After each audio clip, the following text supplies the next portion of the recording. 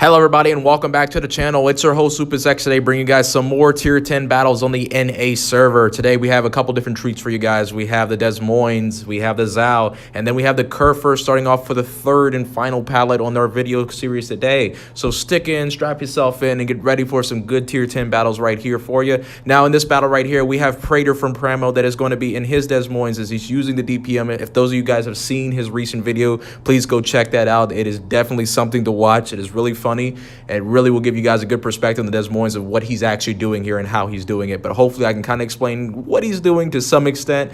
But let's go ahead and jump and dive right into these different battles here. Now, as you guys can see, he's basically using the HE at a distance to keep these guys on fire for me. Here's a sight you don't see every day. That's me off to the left in my Iowa as I'm helping to defend against 4 Montanas that are happening to be on the map. You can see over there that are coming around the curve there. And that's not something I really want to be dealing with, honestly, in my little Iowa. Because as those of you who have a Iowa know for sure, Iowa can definitely dish damage, but definitely can't take damage. So this is where I'm definitely in one of the precarious spots where I'm not really sure if I'm actually going to be making it out of here, because they have rapid reload, I have rapid reload, but they have more guns than I am, you know, and it's a situation where I'm not sure I'm going to last out this one. But here's the thing that kind of makes this a fortunate situation. You guys can see the positioning of the map, and I'm hoping to do a video on positioning pretty soon. If you guys are looking at the mini map right now, you guys can see those Montanas have all kind of scuttled themselves over to A, which has left us B and C kind of unoccupied. So what Prater is doing, he's basically using me as kind of a limbo stick in a sense to kind of keep all the other ships at bay while I kind of skirt and keep the Montanas off of B as best as I can. What I'm trying to do is present enough presence to where the Montanas don't move in too quickly, but at the same time keep myself alive, because the second that I go, that's the second that Prater and Kozlov, who is also in the Moskva off to the left right there, are going to be in a world of trouble dealing with those Montanas. And so this is where I'm definitely trying my hardest to stay alive as my little tier 9 ship can do, so this way they can pick off the ships that are too much of a threat right now, but will be a threat later on if we don't deal with them. And therefore, when it comes down to the late game, once they deal with these cruisers, we're gonna have enough points to at least try to tie the match if necessary by the time this is all over. But you can just tell by looking at the DPM, the Praetor's just dishing out right there. It is just monster-like what the Des Moines is doing to the other one. And even though it's a bot, but at the same time, you can just admire the pure DPM just coming out of that ship. And if you guys have watched the video, you guys have noticed that the Americans have that arc system. So you notice it's not shooting straight at the ship. That's one of the biggest things for getting used to the American arcs, is that arc system. You can look at it, you see how it kind of goes off in the gun and curves down. With the American arcs, which makes them very interesting in that regard, is they're great for shooting over islands and shooting over people that are in cover or within smoke or anything like that, because they are able to arc up. Now, they do tend to get floaty at distance, which makes them a little harder to use at distance. So that's where the American AP shells kind of gets a little bit of a rep there, because they get floaty. Then don't lose pen. Germans lose penetration over distance. The Americans just get floaty, so that means you have to maybe lead target every now and then a little further than what you want to do. But you can just tell that Prater is just accustomed to this style of play here. He switched back to HE. He's basically using that fire chance, that high DPM, to get as many fires as possible, and that's exactly what he wants to be doing, because he knows he doesn't have the torpedo power to necessarily kill these ships with just torpedoes. Most people are like, okay, well, I can rely on my torpedoes and just flip the torpedo switch. That's not it for the Des Moines, because it has no torpedoes whatsoever. It only has 9 guns. So in order to really do the same damage that somewhat a torpedo ship could, he has to rely on fire chance in order to make sure, in the DPM, to make sure that he can get rid of these Montanas. And that's exactly what he's doing. All these Montanas are on fire completely, and he's just raking it. You guys see the 6-figure amounts, and it's still climbing while he's just using every bit of that DPM to just go into those Montanas. It's almost sad watching, because you literally just see these guys just burning to death, and the HP is just going into his damage bank just right off. A little bit of a citadel off the bow right there, but he is still going in there. And Prater has played the situation perfectly against 2 Montanas, as I believe Kozlov is about to take this kill. Yes, he is. And there goes me, of course. I've held off the Montanas for long enough. You imagine that. 5 minutes of holding off the Montanas in a tier 9. That was perfectly done. Perfectly executed match. Prater, GG on that one. Now we're going to meet my good buddy Rosgriz, who is out in his Zhao currently. And that is going to be on, I think this is Neighbors, or is it Fault Line? I'm not sure which map these are, because the names are kind of forgettable. So unless you're are like really, really writing down which map is which. I tend not to remember which is which. Like Bay of Storms is pretty easy to remember because was the newest map. Golden Channel, because everybody hates Golden Channel, you know, but yeah, it's one of those things. But besides all that, we're going to see what he does in the Zao. You can tell by looking at the Zao's torpedo arcs, it's very weird. And you don't have a whole lot of arc there. So those of you guys who are grinding up the Japanese line, this is what you have to look forward to in your Japanese cruiser at the end of your game. Now, granted, you have very long range, and this works sort of like a scorpion tail, I like to think of it, because your torpedoes are more lodged toward the back. So it makes it a very good hit-and-run ship for the Zao compared to like what you're used to with the Takao, where you can kind of play it somewhat German-like in a sense, where you have really good arcs. I think the best torpedo arcs is at the Takao. So those of you guys who are going up the line, I want to let you know that right away. The best torpedo arcs you'll ever get out of the Japanese line are probably going to be at the Takao. Everything else is going to be workable depending on how you play it. But you can just, wow, oh my goodness, just completely wreck that Ron. My goodness, he is in a world of hurt right there. That's one way to see your health disappear so quickly. And I could just see the torpedo threads just popping up on Facebook right now, just watching that. Jeez, that was, ouch. I low-key feel bad for that guy. I mean, that's traumatizing. Like, that's literally traumatizing right there. But anyways, as we continue going through it, this Hindenburg right here, oh, he's about to take a full salvo. Looks like a broadside on the Hindenburg right there. As the torpedoes are going in, he lost his steering gear, what it looks like.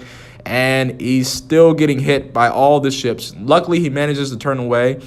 But I'm not sure if he's going to last very long out here with Rosger still aiming him down to get those fires to go off.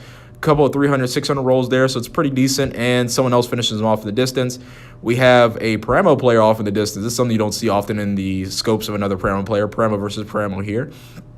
And a couple 300 rolls for the most part off the Zao's end. You got some good American shells right there. Oh, man, looks like they missed off the bow right there for the Montana. And he's still getting ready to launch those torpedoes at distance, and just look how quickly those things are flying through the water. Wow. And then we got a Yamato. It looks like he's turning around. Looks like he's turning. I'm not sure if these are going to land or not. They land perfectly with 9 shells. That means 3 of them may have missed. But that's still about a good much of the salvo for the most part. So he's still going in here, going for the damage here. It looks like it might hit that Yamato off to the distance right there. I'm not sure his name right there. Can't really tell from the screen. But it looks like it might hit the Yamato. Maybe 2-ish. We'll see, guys. Oh, and they disperse. Oh, that's tough. Oh, that sucks. Definitely with the 2 dispersed at the end right there. And and he's down right there with the 1-2 punches are the things that work with torpedoes. Like, you get one person to get them to dodge, and then you get the next person to actually hit them. It's the 1-2 punches are just undefeated. So I've never seen them really get defeated like that easily. If you know everybody's aiming narrow spread, hitting those targets, more than likely somebody's going to end up hitting. So that's the best way we taking down battleships, is just give them no option to get out of those torpedo zones. Now, granted, not a whole lot of people like torpedoes for that reason, but they are part of the game. So therefore, Battleship players, we got to step up our game so we can get up there with those other players here. So here we go now with the Moskva playing off to the distance here. We're about finished him. Wow, finished him off very quickly there. That was a complete combined effort, and you guys can see just how good focus fire is. Now, granted, these are people who play together on a good amount of bases at tier 10, so yeah, they kind of do know each other's play styles to some extent. But, I mean, just the extent of the focus fire here. Look at all the ships coming out the distance. We got all 4 ships. The whole team is rolling out on this Yamato, and the poor thing is going down. Wow. And that is how you end off a match right there. GG to Rosgers on that one for that wonderful match in the Zao. And next one will be joining a good buddy of mine from Founders. We have Rekful, a.k.a. Nimitz, who is going to be in the Curve First, presenting to you guys probably one of the first Curve First vids I will ever do so far, as he's in one of the biggest ships in game. You can see how big that ship is, just taking up the entire screen. I mean, she is a monster I mean, that's not even an exaggeration of the word there, but she does terrific this round, I believe, for the most part. And you can tell Nemesis is going to be using that 4x4 and trying to basically I see a little bit of a citadel there. And it seems like he's going to be using the 4x4 kind of method, where he's going to be shooting 4 guns basically at each time. So that's a different method. I don't usually use that one, but I mean, if it's working, it's working. I don't play the Curve First. I mean, if it works, it works. But I'm going to want to see what exactly he can pull off this match. It looks like there's torpedoes off in the distance going for that Iowa while he's shooting the torpedoes he was looking at. Got dispersed. That's perfect. And now it's just, oh, it's bad news for the Iowa. Looks like they just lost a destroyer for the most part. Still in the game so far. They have B and C caps. It's only a couple minutes still in here. They're still doing okay. There's a North Carolina at tier 10. Poor thing. Somebody must have failed tuned him up there. That is a terrible kind of traumatizing event to ever have to happen to you, is when you face a good player at tier 10 when you're in a tier 8 ship. I'm not vouching for you to do that. I'd say stay at the same tier. Stay at the same tier. Yeah, sometimes you'll get lucky, sometimes you won't. But for the most part, guys, we're going to continue going down this battle real quickly. As you can see, there's an Eugen here. Is that an Eugen? What kind of match is this? I don't understand. What's going on? Like, did they all just... Oh my goodness. Oh my goodness. This is bad. This is really bad. Now I feel bad for commentating this one, because now I have to watch the slaughter happen. And personally, I thought, maybe I should rate this like PG-13, because like this is not even kid friendly anymore. This is not even family friendly. Like, how do you just do that? Nimitz is just wrecking this thing. Like, just look at the what the Kerfers is. Oh my goodness. That was...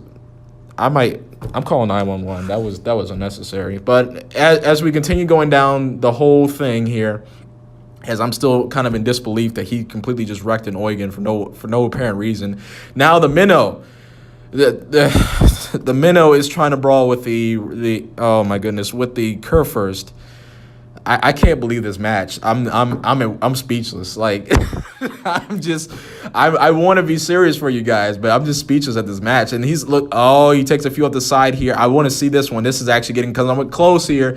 It's getting really close, guys. He's about that big caliber range, but I want to see exactly, can Nimitz pull this off while this Minnow is pulling the maneuvers off real quick. He must be part of the Blue Angels, because he's pulling the maneuvers really well here. Oh, it's getting really close, guys. It's getting really close. Let's see if the Kerr first lives up to its reputation as a brawler, and can it get cozy with this Minnow? Go ahead and finish him off. Can he do it? It's getting really close. Good thing the Minnow's guns can't necessarily pin the Kerr first, otherwise he'd be in a world of hurt. It looks like he might do. Oh my goodness, he did it. He finished off the Minnow just like that. That is a GG on that part. Oh my goodness. Nimitz, you've done it again. That was quality television right there. I am happy to be commentating this video. Oh my goodness. That's something right there. With only a minute or so left, there's one battleship left on the map. I'm not sure if Nimitz is going to get to. Yes, he does. Looks like he might get a few shots here. We got Surge, another good fleet out there in the distance in the North Carolina. Unfortunately, like I said, they've been up-tiered into a match they were probably not prepared to be facing, but luckily he's still holding his own. That's commendable on that end for that most part. He's still holding his own. Looks like he's still holding a bit of his health there, but Nimitz is reaching that six-figure range very quickly, and I'm looking to see if he can pull it. He pulled a Minnow, and he's still got some health left out there. I mean, the Kerr first, wow, he may have sold me on this one right here. And he has now made the six-figure range. I mean, he can die a happy man right now. He doesn't necessarily have to live through this one. I mean, he did it. I mean, you can't complain about a match like that. And so as he continues to battle this North Carolina, I'm just watching to see, oh, now he's in secondary range, so let's see if they really get down to brawling here. This is what's going to finish off the last couple seconds of the match, guys. We have 14 seconds left till this match is over, and Nimitz is just going to be clawing down this North Carolina as quickly as possible. Oh, my goodness. It's coming close, guys. It's coming really close here, and he might do it for the... Oh, and he gets the kill, but Nimitz is still around. GG to Nimitz on that one for the great match there. That was a GG on that part. I'm not sure if everybody feels the same way, because there were 2 tier 8s in the match, but all the same, guys, it was great gameplay all around. Can't complain about that one. But guys, for the most part, I'm hoping you guys enjoyed this commentary and video series. A little bit different from what we're used to doing with just pure on helping in general tactics for the most part. It was definitely a good break for me for anything like that. But guys, if you guys have any questions or comments about the video, leave them down in the section there. I'll be leaving the Pramo somewhat Google Drive information maybe. So that way, so those of you guys that are kind of interested in sending me some of your best videos and your best replays, you can do that. So till next time, guys, I'll be seeing you out in the open seas.